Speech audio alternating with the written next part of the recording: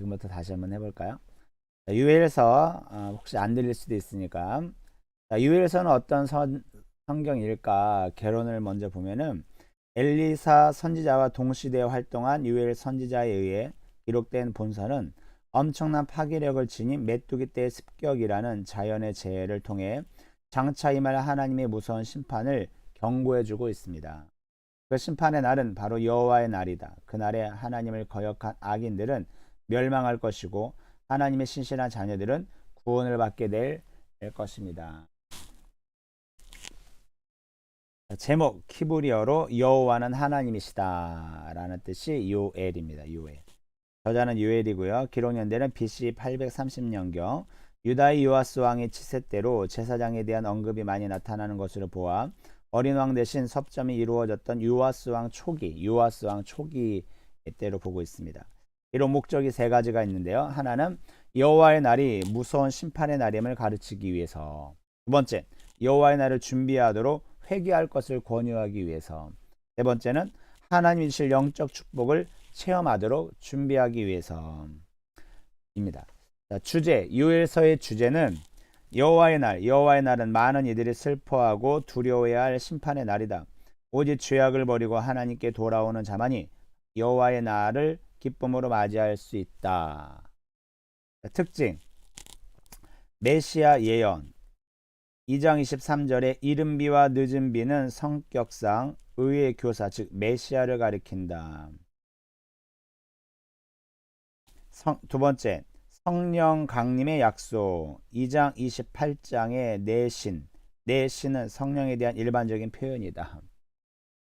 세 번째는 종말론, 본서의 중심 주제인 여호와의 날은 가깝게는 아수르의 침입을 예고하나 궁극적으로는 종말에 있을 심판을 의미한다. 아수르에 대한 심판이 결국은 넓게는 이제 마지막 때 종말에 대한 부분들을 그 심판을 통해서 경고하고 계시는 거죠. 요엘서 말씀 같이 보도록 하겠습니다. 요엘서 1장 부두엘의 아들 유엘에게 임한 여호와의 말씀이라. 늙은 자들아 너희는 이것을 들을지어다. 땅의 모든 주민들아 너희는 귀를 기울일지어다. 너희의 날에나 너희 조상들의 날에 이런 일이 있었느냐? 너희는 이 일을 너희 자녀에게 말하고 너희 자녀는 자기 자녀에게 말하고 그 자녀는 후세에 말할 것이니라. 계속해서 알려줘야 된다는 거예요. 그래야 이 말씀대로 경고를 받을 수 있기 때문에 그렇죠.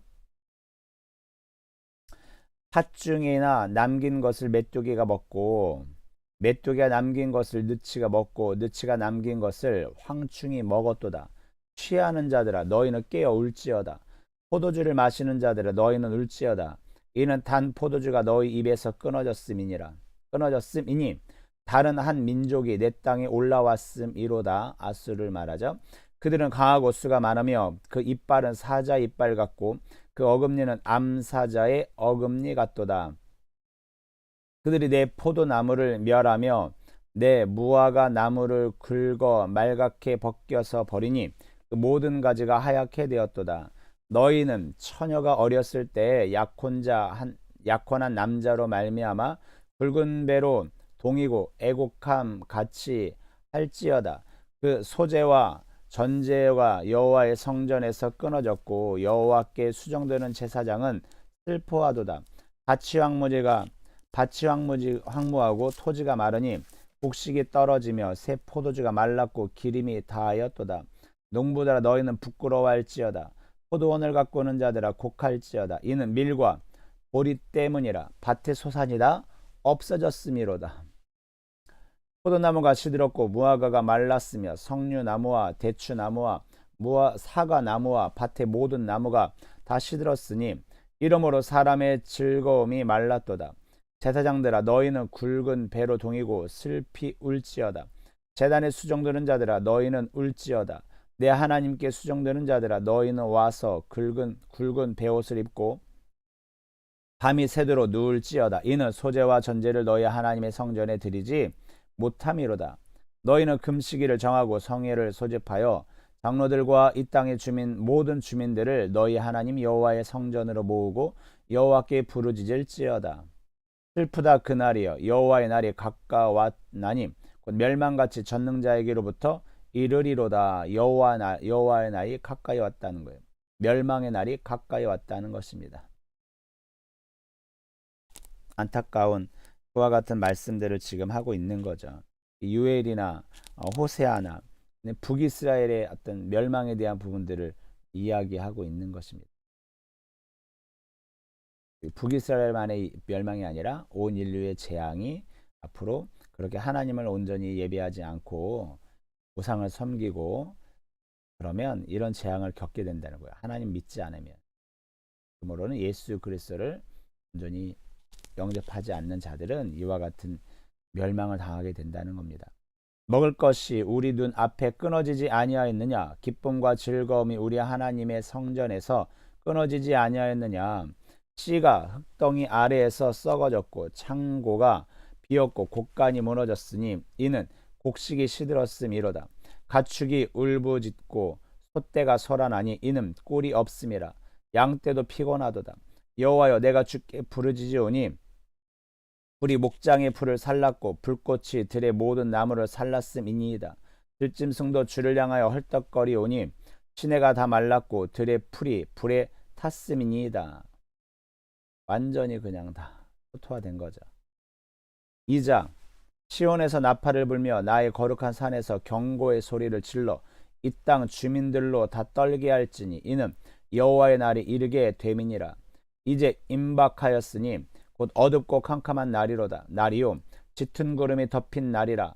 새벽빛이 산꼭대기에 덮인 것과 같으니 이는 많고 강한 백성이 이르렀음이라. 이와 같은 것이 옛날에도 없었고 이후에도 대대로 없으리로다. 불이 그들의 앞을 사르며 불꽃이 그들의 뒤를 태우니 그들의 예전의 땅은 에덴 동산 같았으나 그들의 나중의 땅은 황폐한 들 같으니 그것을 피할 자가 없도다. 다 불태워져 버리는 거예요. 아수르가 침공해가지고. 그의 모양은 말 같고 그 달리는 것은 기병 같으며 그들이 산꼭대기에서 뛰는 소리는 병거 소리와도 같고 불꽃이 건물을 사르는 소리와도 같으며 강한 군사가 줄을 버리고 싸우는 것 같으니 그 앞에서 백성들이 질리고 무리의 낯빛이 하얘졌도다. 그들이 용사같이 달리며 무사같이 성을 기어 오르며 각기 자기의 길로 나아가되 그 줄을 이탈하지 아니하며 피차에 부딪히지 아니하고 각기 자기의 길로 나아가며 무기를 돌파하고 나아가나 상하지 아니하며 성중에 뛰어들어가며 성 위에 달리며 지배기 오르며 도둑같이 창으로 들어가니 그 앞에서 땅이 진동하며 하늘이 떨며 해와 달이 캄캄하며 별들이 빛을 거두도다. 여호와께서 그의 군대 앞에서 소리를 지르시고 그의 진영은 심히 크고 그의 명령을 행하는 자는 강하니 여호와의 날이 크고 심히 두렵도다. 당할 자가 누구이랴? 여호와의 날, 심판의 날, 재앙의 날, 멸망의 날이죠. 여호와의 말씀에 너희는 이제라도 금식하고 울며 애통하고 마음을 다하여 내게로 돌아오라 하셨나니 이와 같은 일이 벌어질 것을 아셨기 때문에 하나님께서 회개할 것들을 지금 말씀하고 계셨다. 이미 그렇게 하셨다는 거예요. 금식하고 울며 애통하며 마음을 다해서 내게 돌아오라는 거예요. 그러면서 뭐라고 말합니까? 13절 너희는 옷을 찢지 말고 마음을 찢고 너희 하나님 여호와께로 돌아올지어다. 그는 은혜로우시며 자비로우시며 노하기를 더디하시며 인애가 크시사 뜻을 돌이켜 재앙을 내리지 아니하시나니 주께서 혹시 마음과 뜻을 돌이키시고 그 뒤에 복을 내리사 너희 하나님 여호와께 소제와 전제를 드리게 하지 아니하실느니 누가 알겠느냐? 우리 하나님 능히 그렇게 하실 수 있는 분이죠. 그렇게 하실 수 있는 하나님을 그렇게 하지 못하게 만들어버린 것이 인간의 죄악이죠. 15절 너희는 시온에서 나팔을 불어 거룩한 금식일을 정하고 성회를 소집하라. 백성을 모아 그 모임을 거룩하게 하고 장로들을 모으며 어린이와 젖 먹는 자를 모으며 신랑을 그 방에서 나오게 하며 신부도 그 신방에서 나오게 하고 여호와를 섬기는 제사장들은 낭실과 제단 사이에서 울며 이르기를 여호와여 주의 백성을 불쌍히 여기소서 주의 기업을 욕되게 하여 나라들로 그들을 관할하지 못하게 하옵소서 어찌하여 이방인으로 그들의 하나님이 어디 있느냐 말하게 하겠나이까 할지어다. 그때 여호와께서 자기의 땅을 극진히 사랑하시어 그의 백성을 불쌍히 여기실 것이라. 여호와께서 그들에게 응답하여 이르시기를 내가 너희에게 곡식과 새 포도주와 기름을 주리니 너희가 이로 말미암아 흡족하리라. 내가 다시는 너희가 나라들 가운데에서 욕을 당하지 않게 할 것이며 내가 북쪽 군대를 너희에게로 멀리 떠나게 하여 메마르고 적막한 땅으로 쫓아내리니 그 앞에 부대는 동해로 그 뒤에 부대는 서해로 들어갈 것이라. 상한 냄새가 일어나고 악취가 오르리니 이는 큰 일을 행하였음이니라 하시니라. 땅이여 두려워하지 말고 기뻐하며 즐거워할지어다. 여호와께서 큰 일을 행하셨음이로다. 들짐승들아 두려워하지 말지어다. 들의 풀이 싹이 나며 나무가 열매를 맺으며 무화과 나무와 포도나무가 다 힘을 내는도다. 시온의 자녀들아 너희는 너희 하나님 여호와로 말미암아 기뻐하며 즐거워할지어다. 그가 너희를 위하여 비를 내리시되 이른 비를 너희에게 적당하게 내리시니 이른 비와 늦은 비가 예전과 같을 것이라. 이미 다 초토화된 상황이에요. 절망할 수밖에 없는 그런 상황 아닙니까? 그런데 그런 상황에서 하나님이 소망의 메시지를 주고 계시는 거예요. 시온의 자녀들아 기뻐하라는 겁니다. 왜요? 하나님께서 이른 비와 늦은 비를 적당하게 알맞은 때에 내리시게 하시겠다는 거예요. 아까 개론에도 이야기했지만 이 이른 비와 늦은 비는 예수 그리스도를 상징하는 것입니다. 예수님께서 오셔서 우리 모든 죄를 속량하셨고 이 늦은 비는 다시 오실 예수 그리스도께서 모든 것을 다 성정하시는 이와 같은 놀라운 하나님의 계획하심을 말씀을 통해서 다 이렇게 성경 안에 계시 말씀으로 이렇게 감추어져 있는 것들을 지금 말씀하고 있는 거죠. 마당에는 밀이 가득하고 독에는 새 포도주와 기름이 넘치리로다. 내가 전에 너희에게 보낸 큰 군대 곧 메뚜기와 느치와 황충과 팥중이가 먹는 횟수대로 너희에게 갚아주리니 너희는 먹되 풍족히 먹고 너희에게 놀라운 일을 행하신 너희 하나님 여호와의 이름을 찬송할 것이라. 내 백성이 영원히 수치를 당하지 아니하리로다. 그런즉 내가 이스라엘 가운데 있어 너희 하나님 여호와가 되고 다른 이가 없는 줄을 너희가 알 것이라. 내 백성이 영원히 수치를 당하지 아니하리로다. 그 후에 내가 내 영을 만민에게 부어주리니 너희 자녀들이 장래일을 말할 것이며 너희 늙은이는 꿈을 꾸며 너희 젊은이는 이상을 볼 것이며 그때 내가 내 영을 남종과 여종에게 부어줄 것이며 내가 이적을 하늘과 땅에 베풀리니 곧 피와 불과 연기 기둥이라. 성령을 보내주겠다는 성령을 예수님을 이 땅에 보내신 이후에 그 다음에 예수님이 승천하시고 나서 성령을 보내주셨죠. 우리가 찬양 많이 부르는 찬양 아닙니까? 마지막 날의 찬양. 자녀들은 예언할 것이요. 이 유엘서의 말씀을 가지고 찬양이 되어졌다는 것을 우리가 알 수 있죠.